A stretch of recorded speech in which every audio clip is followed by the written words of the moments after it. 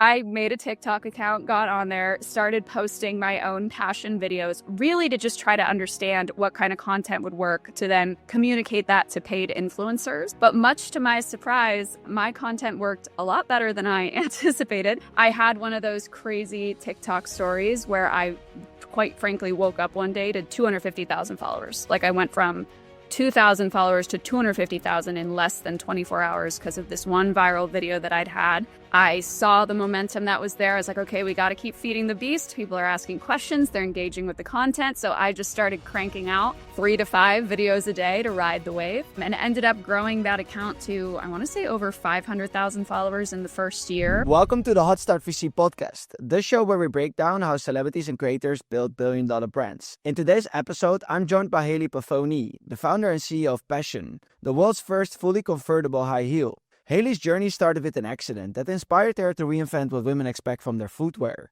What began as a startup idea quickly evolved into a viral success story when Haley accidentally became a content creator, posting a TikTok about a product that resonated with millions. Today, she's built an audience of 1 million followers and turned content into Passion's biggest growth engine, with around 95% of customers discovering the brand organically. Recently, she had a major milestone, Passion's first $1 million revenue month. We will talk about the moment that sparked the idea for Passion, how Haley has turned content into her company's superpower, why her videos resonate so deeply with her audience, and how she's using her community as an R&D engine to disrupt the entire footwear industry. So without further ado, let's get into the conversation. Haley, normally I always talk to content creators who have been creating content for a very long time, sometimes even decades. And they've always been content creator first, and then they eventually decide to become an entrepreneur second, kind of building a company on top of the audience. Your journey has been very different. You've always been an entrepreneur first and kind of by accident became a content creator second. So yeah, I'm super excited for you to be on the show. Thank you so much for being here. Thank you so much for having me. It's been a wild ride. Let's get into it. So let's go back 9 years ago. You go to this sorority formal and your foot actually got impaled by another woman's heel. So can you take us back to that moment and the founding story of Passion? Sure, absolutely. Yes, my running pun is that my inspiration quite literally struck in a very visceral sense. You hit the nail on the head. I was a sophomore in college and I was in Alpha Chi Omega sorority and we were having our annual spring formal. And so I'd worn these 6-inch platform stilettos to the event, which was, just what you did when you were a 20-year-old sorority girl in 2016. But unfortunately, you cannot dance in 6-inch platform stilettos. You do kind of this side to side wobble. And that was not enough for me. I'm the kind of gal where I really want to tear up the dance floor. And so I solved that problem the way I always did when I was at a dance and my heels hurt, and the way most women do, of just taking my heels off, putting them on the side of the dance floor in the growing pile of everyone's discarded shoes, and went out there barefoot. Unfortunately, it did not work out well for me that night when one of my sorority sisters, who was still wearing her heels, literally stomped on my foot and the ball point of her stiletto impaled me clean through. To your point, I think every woman has suffered some kind of high heel related injury, but that one was pretty extreme. But considering what's come from it, I can't say I have any regrets. I always describe that impalement as truly a light bulb moment of I looked around the room while I was tending to my foot, and it just struck me that almost every woman was barefoot, other than this gal that had just impaled me, although now she was barefoot as well. And I started thinking about how strange that was, that we'd all worn shoes to a dance we knew we couldn't dance in. And, earlier that day when I picked out those heels for myself, I had known full well I was going to take them off and end up barefoot. That was just what you do. And so I started thinking through, all the other times I'd worn heels to a professional event or out with friends or out to the bars at night. And I found that every time I was putting heels on my feet, I was proactively troubleshooting how I was going to deal with the pain and inconvenience I knew was going to come. It wasn't enough to stop me from wearing the heels, but it was something I had to be putting active problem-solving energy towards. Am I going to go barefoot, or am I somewhere like the Vegas Strip where that is not an option? Do I need to bring backup shoes? And if so, how big of a bag do I need to have to accommodate that? Should I be spraying liquid lidocaine on my feet if neither of those things are an option? Or should I be prepared to pay a $80 Uber to go 5 blocks because my feet are killing me? And as I talked to more and more women over the weeks that followed my impalement, I realized all of us were dealing with this problem of having to troubleshoot our shoes. And it occurred to me how just bizarre that is. This is a product that's made for women, marketed to women. It hurts women. The industry knows this.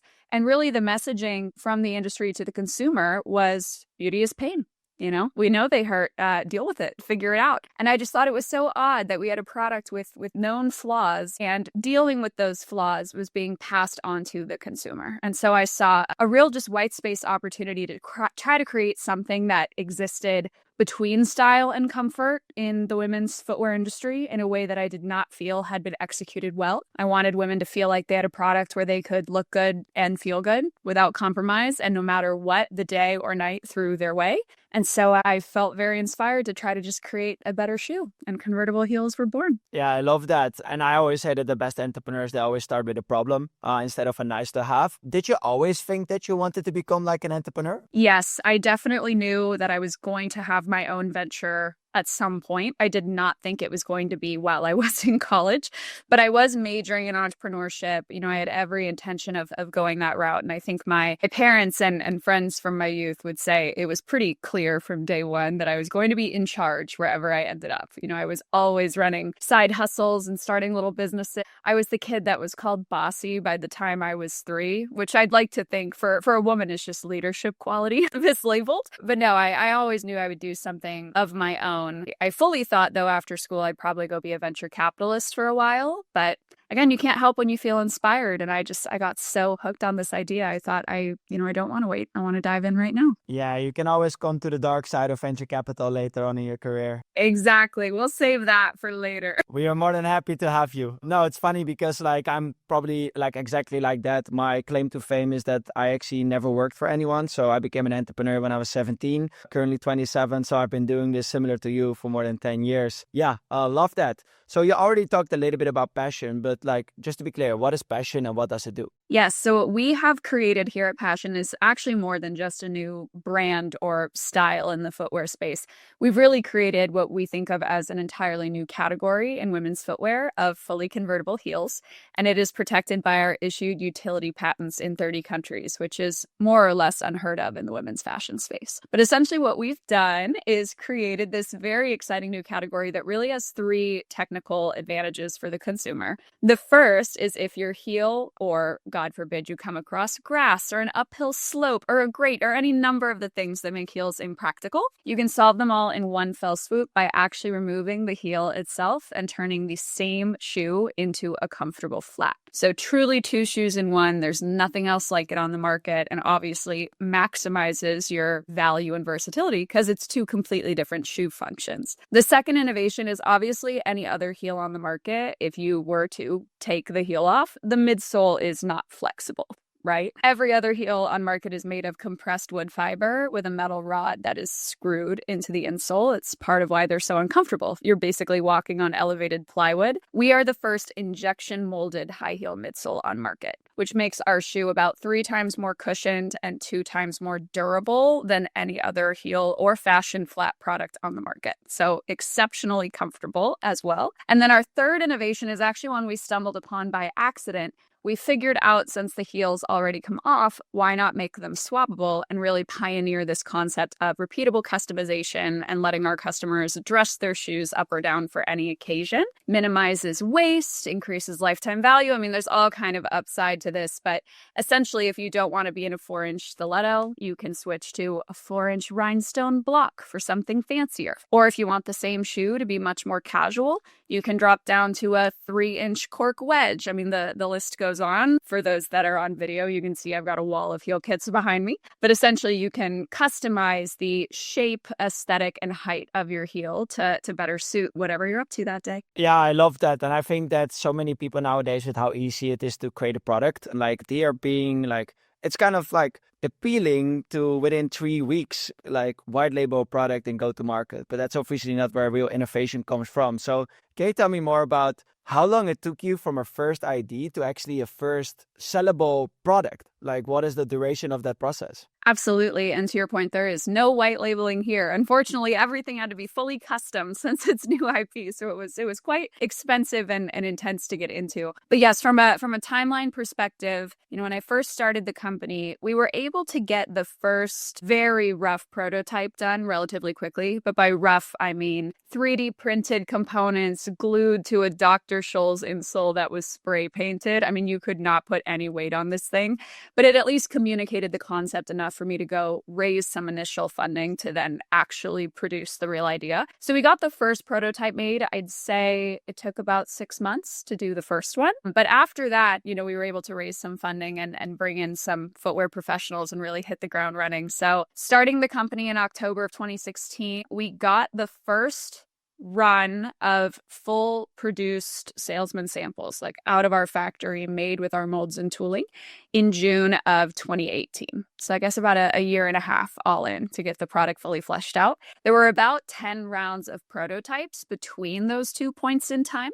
And then actually iterated on the product even further after that initial release. But all in about a year and a half to get to the first functioning shoe. Yeah, I love that. And you already touched upon the topic of funding. So yeah, you have this exciting new patented technology and you obviously need capital to scale. Then you actually decide to go on Shark Tank. So what is that experience like? Oh my gosh, going on Shark Tank was such a once in a lifetime, very surreal experience. Did you apply or were you asked? How does that even work? I applied. So I applied and actually very much applied more or less out of desperation. We launched the business, as I said, started in 2016, but we launched the business for sales in June of 2019. So, had the brand, we're coming out to make a name for ourselves. And within the first 6 months, we went into the pandemic, which was, of course, a catastrophe for the entire footwear sector. And so after the news of the pandemic came down, I was sitting there kind of frantically, to be honest, thinking to myself, how are we going to market this product in this environment? Our initial plan had been, the product is so visual that when our customers use it in public, other women will see it and there'll be a great grassroots effect. Obviously, that was fully eliminated with the pandemic. And then actually one of our initial goals had been to try to get into retailers as quick as possible to build up trust in the brand and credibility and awareness. And of course, all stores were closed. So more or less overnight, my entire marketing strategy was thrown out the window. And so I was trying to figure out, okay, how are we going to reach people in an environment where no one can go outside? And the first thing that came to my mind was TV. And then obviously a hop, skip, and a jump from just TV as a broad concept for an entrepreneur like myself was, God, it would be really cool if we got on Shark Tank. And so I applied, I want to say in March of 2020, like kind of when the shutdown happened. That was like the first thing I thought of. And about a month later, I got a call from production that I was officially in the, application process. It's quite a long process to actually end up on the show. I want to say they get about 40,000 applicants each season and only 120 people film. So there's lots of auditioning to be done to make it into that final batch, but ended up recording and then having our episode air in February of 2021, which was a wild experience. But as far as how it was for me, I, again, being entrepreneurially minded, had grown up watching the show. I think it first aired when I was about 13. And so I'd seen every season, seen most of the episodes, had a real admiration for all the sharks. So to find myself at, I think like 22, 23 years old, standing there in the tank with my idols was pretty surreal. It was both exciting and very, very scary. I can imagine. And Mr. Wonderful wasn't so wonderful to you. He kind of indirectly told you that without his help, the company was going to get shut down. And yeah, you didn't lend the funding. But after the show, did it really help? Like the day it aired, did you see like a spike in like website visits, sales? Absolutely. No, I mean, I always tell any entrepreneur, the show is intense. It's definitely a psychologically interesting thing to do. To your point, I got into it with Kevin and ultimately ended up walking away, passing on the deal that he had offered me. But you cannot make up for the value of that airtime. It's usually about 15 minutes is one entrepreneur's segment at 8 p.m. on ABC, I think on Friday nights. Like you can't beat that. They estimate it's worth probably about $3 million to $4 million as an advertising slot, because you're reaching over 7 million households. And especially for me, it was kind of a weird lucky break. Being in the pandemic, they had exceptionally high viewership numbers because there was nothing else to do. So pretty much overnight, I'd say it skyrocketed the brand 3 years into the future from an awareness perspective. So After airing in 2021, we grew that year 450%. We went from being about a 500K a year business to a 2.8 million a year business overnight, and was growing very, very quickly. Really, it was only 450% because we started running out of inventory. So it was absolutely game changing for us. Yeah, I love that. And I think that was kind of an early sign that content works. So can you tell us more about like what was your initial go-to-market strategy, and what was also the aha moment of, hey, maybe we should actually be focusing on like this creating content online and talking about the business in general? Sure, absolutely. To your point, Shark Tank was a great initial signal that, okay, content really works for this. But actually, our journey to content first is kind of interesting. Really, starting as young as I did, it was a lot of throwing things at the wall and seeing what stuck. Obviously, our initial strategy of grassroots and wholesale was pretty quickly thrown out the window. But once we aired on Shark Tank, it was like, okay, this is a demonstrative product. It's the first shoe that comes with instructions, which is pretty unique. There's definitely a real value to people not only seeing the shoe, but seeing me kind of walk them through the experience and have that educational communication. But interestingly, though, we actually didn't bridge the gap straight from Shark Tank to going into content.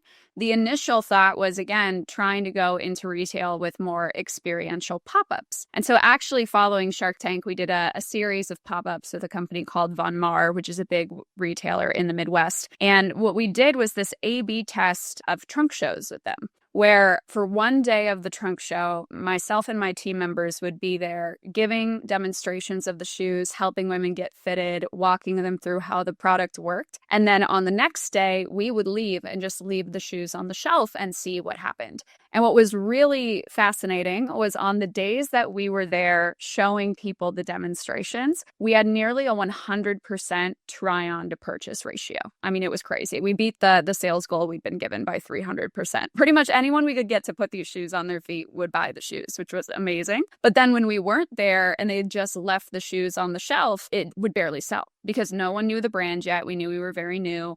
People didn't understand that the product turned to a flat. There's only so much education you can do without that verbal component. And so actually going through that experience was the real eye-opener for me. I realized, wow, okay, like me selling the shoes, like walking people through it, does seem to be what really resonates. How do I scale that, though, as an entrepreneur? I was like, obviously, I can't go open, 100 locations overnight and personally staff each one myself. That's not going to happen. And frankly, we didn't have the money at the time to pay to hire staff to do that. Like, there was just no way we could have the manpower needed to run a, one-to-one store education experience. And so that was when I had the thought of, I bet I could replicate this on video, kind of blending what I had done in store with what had happened on Shark Tank. And really the initial thought was, I'm going to hire influencers and have influencers make content teaching people how to use the shoes, because I never, to your point, was an influencer myself. I did not start this as an influencer. We've really built the talent side of this brand backwards. So it really never occurred to me that my own content would be the answer.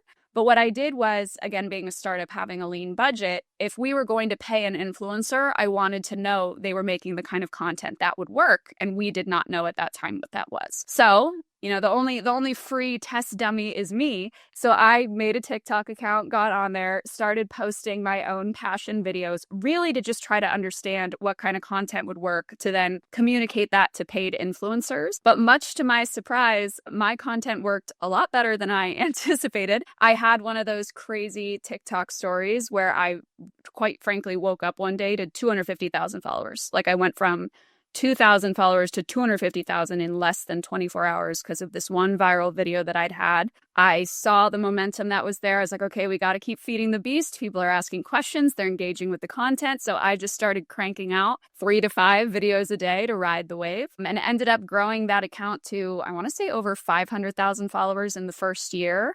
And now I'm at almost 1 million followers. It might be 1 million by the time this airs. Yeah, I'm at like a 6K more. Yeah.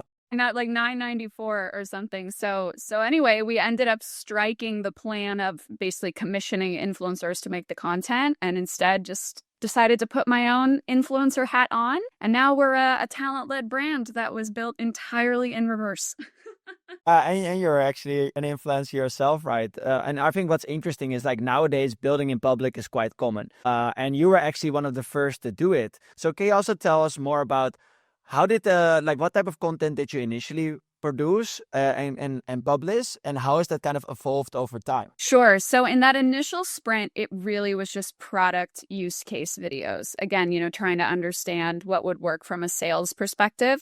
But as I started gaining more of a following, I've always been really involved with my follower community. I try to post every day. I don't batch content. I really want to have that fast response mindset and make sure that I've got my finger on the pulse of what our community wants to see next. And I started to notice that so many of them had genuine questions about what it was like to run a business, what it was like to be a female entrepreneur, especially with how young I got started. So many women really wanted to understand that journey, which got me really excited because I think one of the biggest hardships I had in the initial years building the company was feeling like I didn't really have a role model to look to. Unfortunately, especially at that time, it's much different now, but there were not a lot of examples of female founders that had built products and that were really being open about that story in particular. There were kind of some abstract names out there, but not a lot of information available on how they'd really done it. And so I had always really hoped for myself that there was that person to look to. And so when I started seeing this commentary come in, basically asking me to share behind the scenes and share that side of it, I felt really excited to have the opportunity to basically be that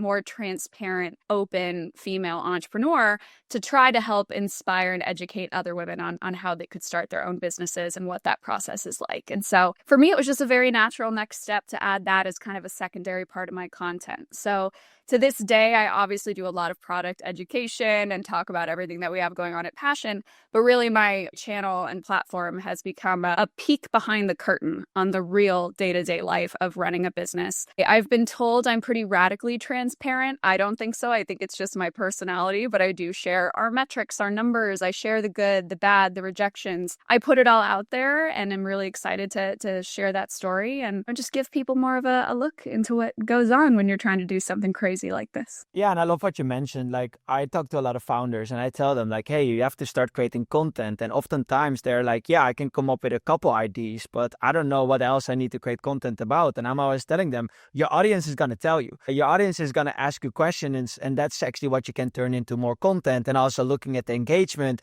you can kind of figure out what type topics you want to double down on.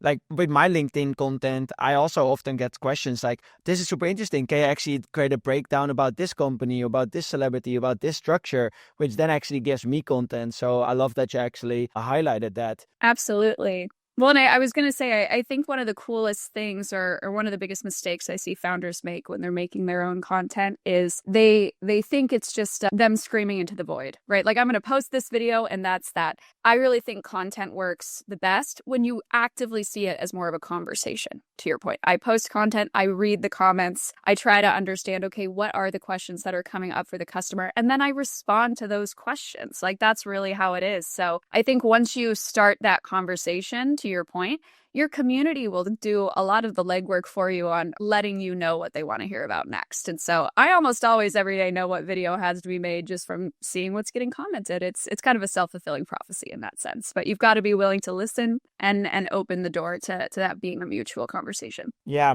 And why do you think your content has resonated so well and has helped you to scale quickly overnight on TikTok? Oh my goodness. Well, I think I have a unnatural leg up. I will always admit this to founders that ask this question. Our product is genuinely really interesting to look at. It's one of the biggest things with TikTok in particular is you have to be able to grab people's attention in the first 3 seconds. For some products, maybe like an app or a software, it's really hard to demonstrate that visually, especially that quickly. With a product like mine, if a woman is scrolling her feed and she sees a heel get ripped off a shoe in under a second, it's usually enough on its own to stop them from scrolling and at least, hang out to hear what I have to say. So I've got a big leg up in the sense that my product is inherently visual, inherently interesting. But really, I do think a lot of what's kept them around is my transparency. A lot of founders won't share the good, bad, and ugly in particular. I always joke there's the, LinkedIn stigma of every post you make starts with, I'm so humbled and honored. I've won XYZ award. But as great as that is, and everyone wants to give you a round of applause, I think what's much more interesting and relatable and breeds a lot more community and trust and compassion is sharing the really difficult things that you have to overcome. As we all know as entrepreneurs, behind the scenes, it always takes like 8 failures to get to 1 win, right? Like 9 times out of 10, the ratio of wins to losses is pretty skewed in the direction of losses. We just never talk about it. And I always thought that was a real disservice that we're doing as an entrepreneurial community to the next wave of entrepreneurs. Because if all they ever see are highlight reels, then when something is difficult in their businesses, they might feel like they're the outlier, like they're doing something wrong. Like, oh, maybe I should just quit while I'm ahead because I'm having all these problems and these entrepreneurs I follow never have these issues, which could not be further from the truth. And so I really see being transparent about the hardships actually is hopefully very encouraging to entrepreneurs that are building right now to know, hey, I'm not alone. What I'm going through is not that weird or unique. Like everyone has these problems, and it does not mean you can't be successful. So I think that's what really keeps people coming back is they've got that genuine and authentic look into my life that they might not get elsewhere. Yeah, and I also think it's because there are sort of relatable problems. Like every female has like this heel horror story. And when they watch your content, they kind of see their problem being solved. I actually looked at a lot of your comments as well. And I saw a lot of comments that also said, I came up with this idea as well, like years ago. So how many times have you heard that statement of like, I came up with this solution as well? Thousands, if not millions. It's a running joke on the team. And I fully admit, I think every woman has invented this to some extent in her head. Like, I don't know a single woman that hasn't been out in some really painful heels and said, gosh, I wish I could just rip these heels off, right? Like we've all wanted this product to exist. I'm just the first one to figure out how to technically execute it at a way that works and is safe and looks good and is at scale. So, as we know, ideas are about 1% of the invention process once you actually get into the nitty-gritty. But I do think that's a big part of why it resonates. I think truly, and something I believe since day one, I think this concept was meant to exist. I think it's very needed. I think it was widely ignored by a lot of the fashion industry because they figured, hey, we can sell women a really expensive heel and a really expensive flat. Why would we want to mess with that? That's great. And so I think it really took someone like me coming in who was not from industry, not familiar with the status quo, building an entirely new business model from scratch that's specifically set up to handle this method of purchasing shoes. I think we're just a great example of it. Took an outsider coming in to shake some things up. So can you tell me about the demographics of your audience? You posted something on LinkedIn that says 97% of your followers are actually females. So can you expand on that? Sure. Well, our customer, we have kind of an interesting customer demographic actually, because usually when you're building a new fashion brand, it's very much focused around the aesthetic of your product line as the main value. And aesthetic is usually very closely tied to price point. So you'll see really specific demographics around where these women are located, if that style is in line with the trend you're pursuing, the household income for the price point, etc. What we really see for ourselves here at Pashion, yes, style is important. We're making high heels. We want to make really trendy offerings, and we do that. But the reason women are buying our shoes is actually for the function and the comfort and the versatility value. And those are usually not attributes you see in typical high heels. They're actually more so attributes that you see in athleisure. So we joke, this is like the most athleisure high heel you're ever going to get because it's built on a platform of function and comfort and versatility. So our customers are much more sector agnostic than you would expect. But it makes sense when you think about it in the scheme of, let's say, Nike, right? Women of all ages, incomes, locations purchase Nike sneakers because, again, it's built on function. We very much are seeing the same in our customer demographics. So it is 97% women, obviously, because it is a high heel product and we make women's size shoes. But as far as location, we've got customers in every US state. We actually have 30% of our business already internationally, even though we don't advertise internationally. The concept has just kind of picked up. And so we're global already, which is really exciting to see. From an income perspective, it's a pretty wide split. We have women that were former Louboutin customers that are just tired of the pain point associated with that product line. And so they're coming in and buying 5, 6, 7 pairs of our shoes since we're at the lower price point. Conversely, we also have a huge portion of our customer base that maybe would usually shop at a Payless or a DSW they see the initial shoe as an investment that they want to save up for, but then they're able to collect all the accessories and get so much more bang for their buck by using our customization side of the business and really get that value per dollar, more or less like a razor blade model. So we really find that we kind of transcend typical income barriers, transcend location. And then from an age perspective, again, they're buying it for function. So we see women as young as 15 buying them for prom, all the way up to women in their 70s buying them because they're the mother of the bride at a wedding and they want to have that high heel classic look, but not be trapped in them all night. So really, I always say our customer is just women that want to look good and feel good. And that doesn't really have a lot of limitations, which is really exciting. Yeah, but I think what's really unique here is that like you are like, let's say this is still like a talent-led brand, like, and like 97% of the people that follow you are actually the demographic of Pashion. If you look at other celebrities, they're never able to recreate this. So let's look at Sydney Sweeney. Sydney Sweeney is now going to launch her own lingerie brand. And although it fits with her like personality and the sexiness of her, it doesn't fit with her audience. I actually expect that more than 50% of our audience are males, and males are following her for different reasons than buying her lingerie. So I think that's really unique about like kind of your target audience. Well, for sure. And especially I think it's because, again, I was not an independent influencer before this. Like really my focus as an influencer and my sphere of influence has always been around building passion, my journey building passion and the product. And so the following that I've built while making that content is very specifically curated to people that are actually interested in the shoe and interested in my journey, which just so happens to be our target consumer 97% of the time. So it's really worked out in the sense that, to your point, I think if you're a celebrity and you've built a following in general, obviously that's fantastic, but it's much harder to guarantee that a certain percentage of your following is going to be the perfect fit for that product. My following, yes, they're following me as an influencer, but it's always been rooted in the product and the product story and the product journey. So we actually joke. I mean, the TikTok account is mine. It's under, at Haley Pavone, but it really is a secondary account for Pashion. The two are pretty inseparable at this point. Yeah. Now, I've been involved in talent-led brands, and these celebrities sometimes have like more than 60 followers, and they post about a company not even able to generate like $500 in sales because of that mismatch with their audience. Let's look at some numbers. Like this is all, by the way, what you share online. For the audience that listening this, I can definitely recommend following Haley on LinkedIn because it's been super interesting to get that behind the scene and also the numbers. So yeah, you wrote that you got more than 10 million free visitors to the site. You're generating 95% of customer acquisition organically. You spent only 2% of your revenue on marketing. And you recently also hit a very big milestone, which was the first month in which you did more than $1 million in revenue. So congrats to that. Can you tell me more about what it meant to you and your team of hitting that milestone? Oh my goodness. I mean, it was huge. I think I wrote on LinkedIn, it's really been our white whale for the last couple of years. We've gotten really close a couple times. Like I think we closed one month at 980K.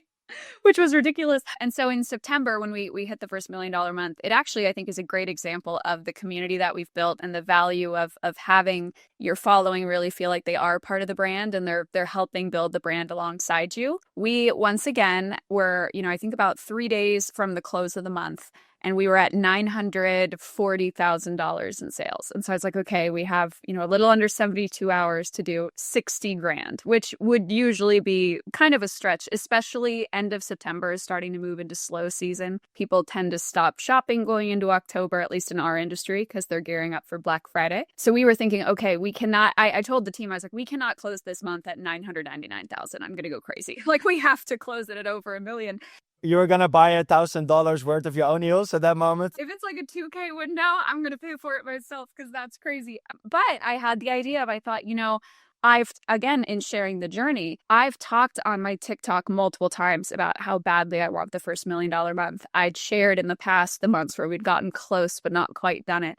And so my following has really been around for the journey. They know how badly it's something that we're pushing for. And so I got on TikTok. I shared the live stream from Shopify of how many sales we're doing. And I was like, guys, we've got 3 days to do this, to fill this gap. I'll give you, I think it was like 30% off certain styles or something. I was like, if any of you, are trying to get Christmas shopping done, please get in there and support, because it would mean the world to hit this milestone. And the Pashion community showed up. We actually beat the goal by 20 grand. So we closed at 1,020,000 for the month. So they didn't even make it. They didn't even keep it too close. They well achieved it, and that was really thrilling to see, and just so cool to see how the community showed up. Like, the commentary on the video was so great of, we can't wait to see you do this. You deserve to hit this. We're happy to shop and support.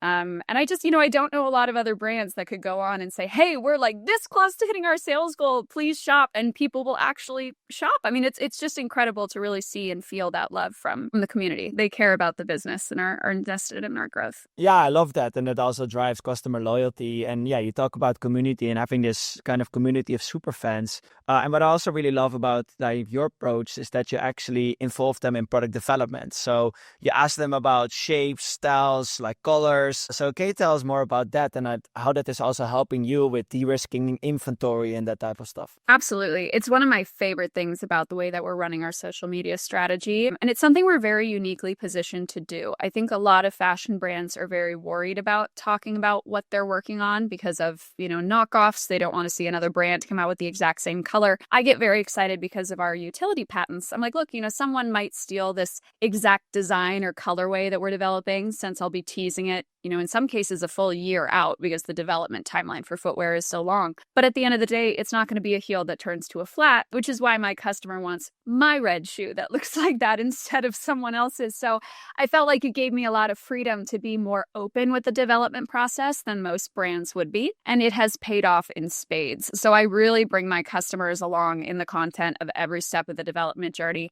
I tell them what styles we're considering. I'll show them mock-ups of what we're looking at. And I ask for their genuine feedback. Sometimes it's something as simple as, I'll show them a red shoe we're working on and ask, is this the right color red? And the community has been so incredible. They know. It took a couple of videos of me going on and being, don't be too nice. Don't tell me you love it if you don't. This is a small business. The most detrimental thing that could happen to me is I go buy $200,000 worth of red shoes and it's the wrong red shoe and you guys don't buy it. So please, you are not hurting my feelings if you tell me you hate the red and it needs to be something else. But now they know, we have that relationship. We have that understanding. It's wild to think I have that understanding with a group of 994,000 people, but that's what we've been able to cultivate on the platform. And so it's really helped us in the sense of, if me and the design team are going back and forth between how we should position straps on a shoe, I'll make a quick video, show the two options. We go to the comments and we can almost always get a very clear directive of, hey, style option A is way more popular. Or sometimes we'll notice, style A is resonating really well with customers of this demographic. Style B is resonating well here. So maybe we make both in different color. I mean, there's so much data to be derived. And it's all happening in real time. I mean, it's unbelievable the amount of feedback we're able to get in 24 hours. So it's really mitigated our product liability. Every time we make a new product, we're able to feel so much more confident in it because we already know several thousand people have endorsed it and are interested in it, and now have also been waiting for 6 months to a year to buy it because they got the sneak peek. It's already mentally in their head as something that they want. And so what this has created is a really awesome cash flow model where we're able to run, I forget the word, but a negative, isn't it a negative cash cycle or something? Where whenever we put out product on drop days, 70% of the time we sell out of all the product in under 24 hours, which is really amazing. Yeah, whenever they vote, they're kind of pre-committing to buying it. So yeah, it's a super interesting insight. I think one of the reasons why Pashion also has been commercially so successful is his unique business model. So if you look at the traditional business model of selling shoes, it hasn't changed in decades. You just buy shoes, you wear them, and after a couple months when they're done, you buy a new pair. You already mentioned that you have this razor blade model. And I've even seen super fans, so to call them, that have similar collections that you have in your background with multiple flats and several interchangeable heel kits. So can you tell us more about the uniqueness of your business model? Sure, absolutely. And to your point, it really is a completely new way of selling shoes. In the past, footwear models have really been built on, we're going to sell them multiple full pairs of shoes. What's challenging about that is, number one, it's a higher price point for the consumer. It can tend to be more wasteful in a lot of ways. And three, it becomes much more risky from a trend perspective. So I think the customer feels very constrained with what trends they can buy into. For instance, the example I love to give is like anytime Taylor Swift does anything, right? So, when she released her Reputation album, obviously snakeskin was super in because the whole theme of the album was snakes, right? Like you can never really predict what these micro trends are going to be. But if I'm a consumer, I'm thinking, gosh, do I want to go buy a $250 snakeskin boot for this moment in time, especially in today's day and age with social media? Snakeskin will be in for 40 days and then it's out again. And it's like, great, I just spent $250 for a 40-day period in which I'll maybe wear that boot twice. Right. So it's much more high stakes to compete in such a quick trend environment as far as which pieces you're going to invest in to feel like you're participating in that trend, but not completely bank robbing yourself. Right. What our model lets them do is play around with trend and different styles and different looks in a much less risky environment of, they've got their base shoe. A lot of our shoes are very classic silhouettes that never go out of style. So let's say a basic black boot or a basic black sandal that they'll buy into. But then when there's the trend of snakeskin, they can purchase the heel kit accessory for $30 to $50, swap that onto the shoe for the 40 days that it's relevant. But then if it goes out of style, they don't have to throw the whole shoe away. They don't have to completely, ditch that style entirely. They can just remove that snakeskin heel and swap on one that's brat summer green for as long as that's relevant. You know what I mean? So it's really letting customers, kind of the way I like to think about it is obviously, fast fashion is the trend right now because of how quickly trends are moving in the social media landscape. We let them have a taste of the fast fashion fun without nearly as much damage to the environment or to their wallet. So it's giving them that, but in a more sustainable and functional way that's much lower risk to pretty much every party involved. So it's a win-win-win across the board for the company, the customer, and I would say for the environment as well. Do you have like a funny story of one of your super fans that has like this crazy collection? Oh my gosh, yeah, there's quite a few that have huge collections. I actually, we had a customer. I was pulling our report at the end of last year for, the top customers. And the number one name was a name I hadn't seen before. And we're still a small enough brand where we pretty much are on a first name basis with our biggest 20 customers, right? And so I was surprised. I was like, this gal has come out of nowhere. Like I haven't heard of her before. And I found that she had found the brand in, I want to say March of 2024. And by the end of 2024, she had spent over $20,000 on our shoes. She was collecting everything that we had. And so I sent her an email. I was like, I would love to meet you. Like, clearly you are really interested in our product. And I would love to just learn more about who you are, what you love about the shoes so that we can create more super fans like you. And she was so sweet. We hopped on a Zoom and she took the Zoom from her Pashion room. So I was in my Pashion room. For those of you on video, you see I've got heel kits behind me. There's a whole other wall over here. She was in a room that looked a lot like mine. Like she had hundreds of heel kits on the walls. She'd built custom shelving, the whole thing. And it was just so surreal for me to think, wow, we have built something that women are this excited about. They are building their own collections. They're dedicating not just closet space, but in some cases, entire rooms to be their passion room. And I think it's just so unique to have created a brand and product that drives that kind of loyalty and passion. Yeah, it would be really fun if in the future this becomes like a real collectible, like once you sell your company and then it's like, oh, I was like actually buying the first ones when it came to market. So yeah, I love that. Well, and that's something we've actually started to lean into as well, is pretty much every season we have our limited edition items where, they're not going to be restocked. It's the style of the season. Again, it's in trend at that moment in time. And so we make it, we bring it out, we make, the 500 to 1,000 that we make. And if you're a customer that got one, fantastic. So we're actually already seeing a secondary market for the shoes, which is really cool. Yeah, a bunch of our customers made a Pashion BST, which is buy, sell, trade group on Facebook. We did not instigate it. It's actually funny because no one on my team is an admin and sometimes they have questions for us and we can't post freely. Someone else has to approve our responses. But I think there's over 1,000 people in it now and they post all these listings. And it's been really funny to see over time how the aftermarket value has changed. Now there's some heels that were limited 2 years ago, they're getting resold for more than what we sold them for, which is really cool to see. So it's becoming a bit of a collector's item every season, which is a really fun aspect to have here too. I love that, but at the same time, I just hope that like these stupid resellers are not gonna buy like immediately like 100 pieces and making sure no one else can buy it and then selling it immediately. I hope not. We have not seen that yet. So far, it's all been fair play, and it's, customers that buy it, they wear it for 2 years and they're ready to move on to the next thing. But yeah, we'll have to see. If that becomes an issue, we'll have to come up with some kind of code where you can't buy more than, 3 units of the same thing at a time or something. But that'll be one of those good problems to have, right? That's a good problem to have. You recently launched a partnership with Emmy, like a very large influencer. Can you tell us more about that partnership? And also, is that something that you want to do with other celebrities and creators in the future as well? Absolutely. So Emmy Combs was such a dream come true to work with for us. I, ever since starting the company, have wanted to do guest designers. I think it's such a fun thing to do. It's a really cool way to expand the brand mission. And I really wanted particularly to partner with really strong, powerful, empowered women, because that's very much what our brand is about. Again, we're all about, letting women live the life that they want in comfort and style. And there's something very empowering about that. Not to mention, it's kind of the anti-high heel in a lot of ways. And a lot of the narrative around high heels is a little archaic, let's say. So anyway, we really want to work with incredible women that can come in and bring their own style and voice to the brand. Emmy could not have been a more natural first partnership for us because she was a genuine Pashion customer. I want to say she got her first pair of shoes about 2 years ago.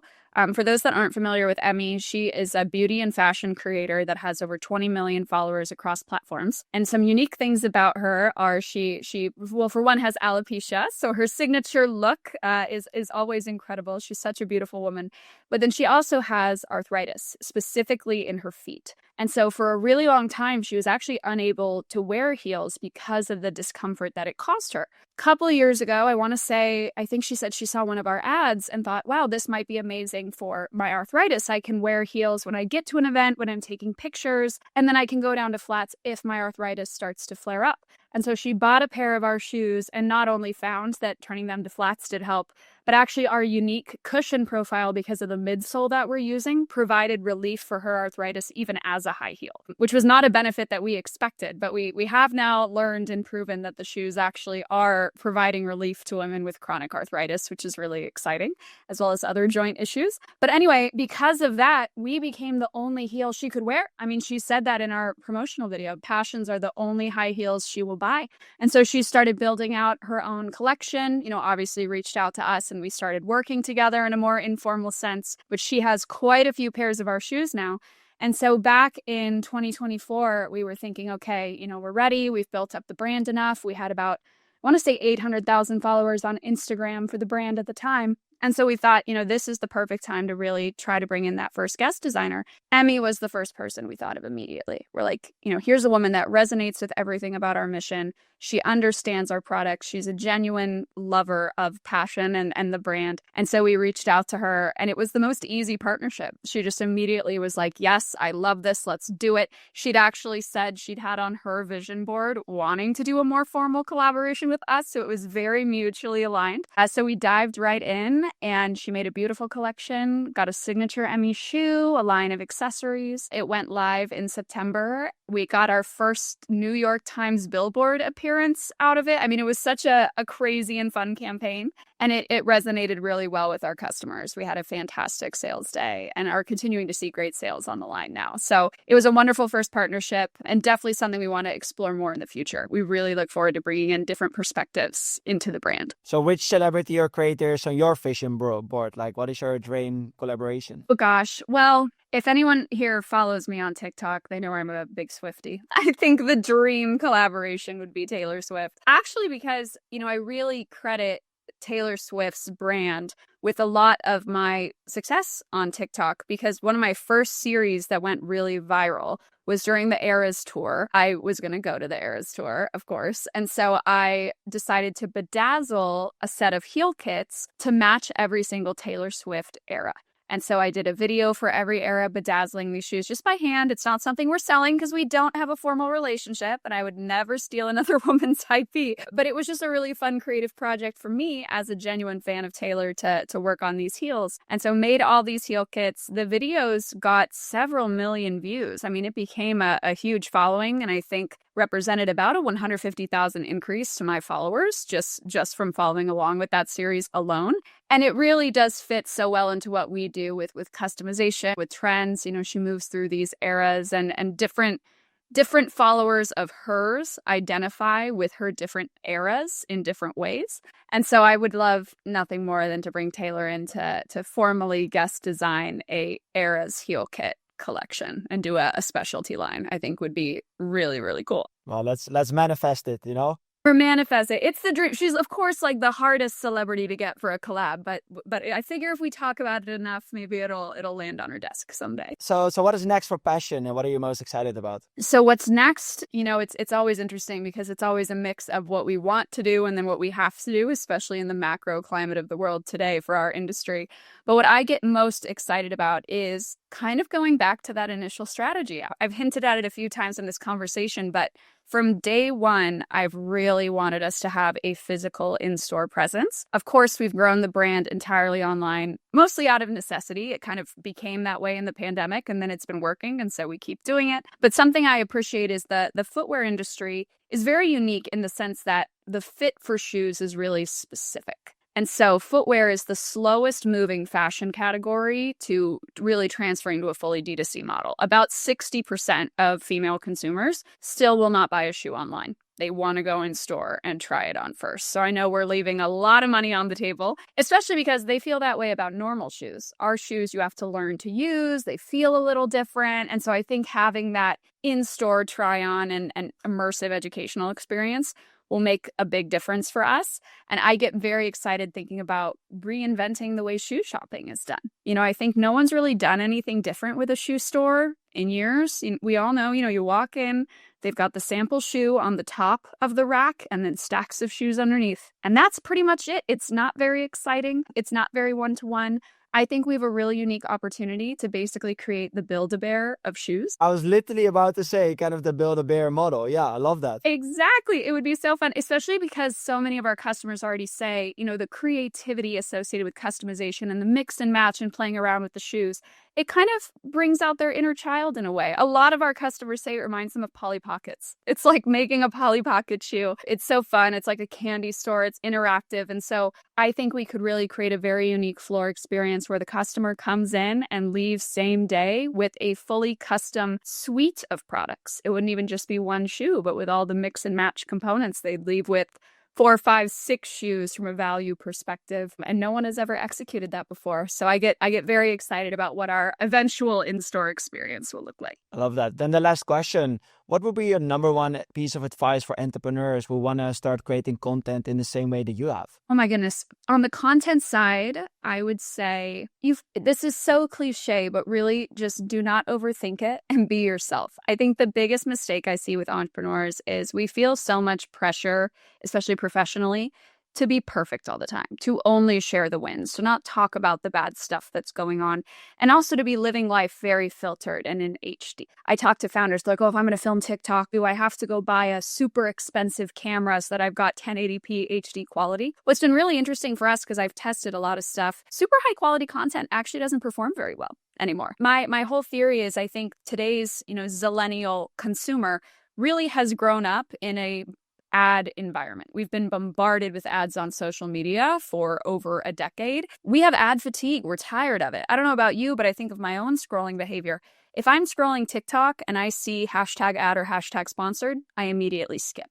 If I'm scrolling TikTok and I see a video that's clearly shot super HD, I immediately assume it's an ad and I skip. What really resonates is just be a person. Like, film on your phone. You don't need a full face of makeup. People just want to understand what's going on in your business. They want to learn. They want to feel like they're in a community with you. The best analogy I have for this is I always tell people, when you're scrolling TikTok, are you out at a party with your friends? Or are you home alone on the couch in the dark? You're probably home alone on the couch in the dark. The content in that moment is meeting the need for connection. and entertainment. And that's what people want. And no one feels connected to a super scripted HD advertisement, right? In that moment, you are their friend. And so really just get on there and be yourself. I know that sounds so cliche, but when you think of the psychology of it, no one wants to be watching an advertisement for 5 minutes. They want to be having a conversation with their friend about their day and the realities of what that looks like. And so if you can bring that to the table, authenticity is what really resonates now. It's even for written content the same. Like I create content on LinkedIn, and sometimes I spend like 2-3 hours drafting the perfect LinkedIn post and it doesn't do anything. And then sometimes I just spend 5 minutes like full of grammar mistakes, but I don't care. I just publish it, and then all of a sudden it works really well. So definitely resonate with that. To end, where can people find you? You can find me and the brand. For the brand, it's at Pashion, Pashion footwear on Instagram or TikTok. For me, it's at Haley, Haley _ Pavone, Pavone, also on Instagram or TikTok. Or, of course, you can shop Convertible Heels at passionfootwear.com. Haley, thank you so much for being on the show. Of course, thank you for having me. Thank you for listening to the Hot Start VC podcast. If you enjoyed this episode, make sure to subscribe and leave a rating or review. It really helps us grow. You can also subscribe to our newsletter at hotstart.vc for more breakdowns on how celebrities and creators build billion-dollar brands. Thanks again for tuning in, and we will see you in the next episode.